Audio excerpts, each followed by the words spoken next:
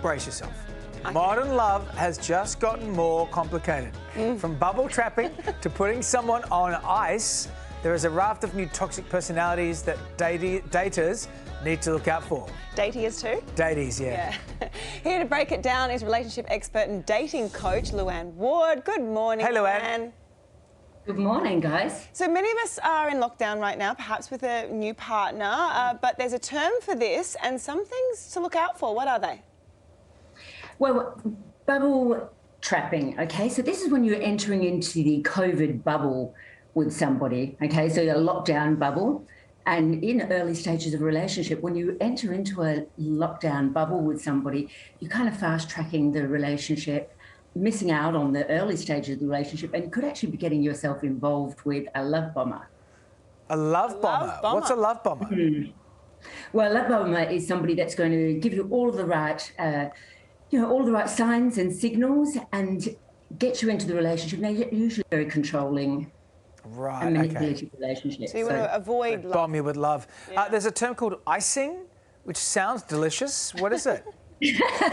Well, it's delicious if you're not being iced. So this is somebody that is not going to progress into the relationship. They've actually got no reason to make a commitment into the relationship. So they're just keeping you on ice, spending time with you, and not actually making that emotional investment. They don't actually need to, because they can keep you on ice while they're dating other people also.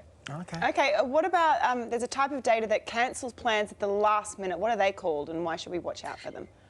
Well, if you're dealing with somebody that's simmering you and they're cancelling on you at the last minute, they're usually somebody that's trying to get out of a relationship. So they're just kind of keeping you on the back burner in case something else better comes along. Well, for something else better to come along, but they're just actually slowly letting the relationship simmer out until you get fed up and end it for them. Okay, this sounds gross, but what's depositing? Okay, well, depositing is you're making small deposits into a relationship rather than making an actual investment. So someone that's actually depositing is keeping their emotions out of the relationship. So you're often going to be dealing with somebody who is emotionally unavailable. They'll spend all the time with you and they'll give you all the signals that they want to go into the relationship, but they're actually just making small deposits, not investing into anything in the future at all. I think we should probably change that. We should probably change that one. Everyone who's dating, let's lose that term. Yeah. So from small deposits to doxing. What's doxing? Look, doxing I get really concerned about, actually. I think this is something that we really need to be a little bit more aware of, because this is shaming people.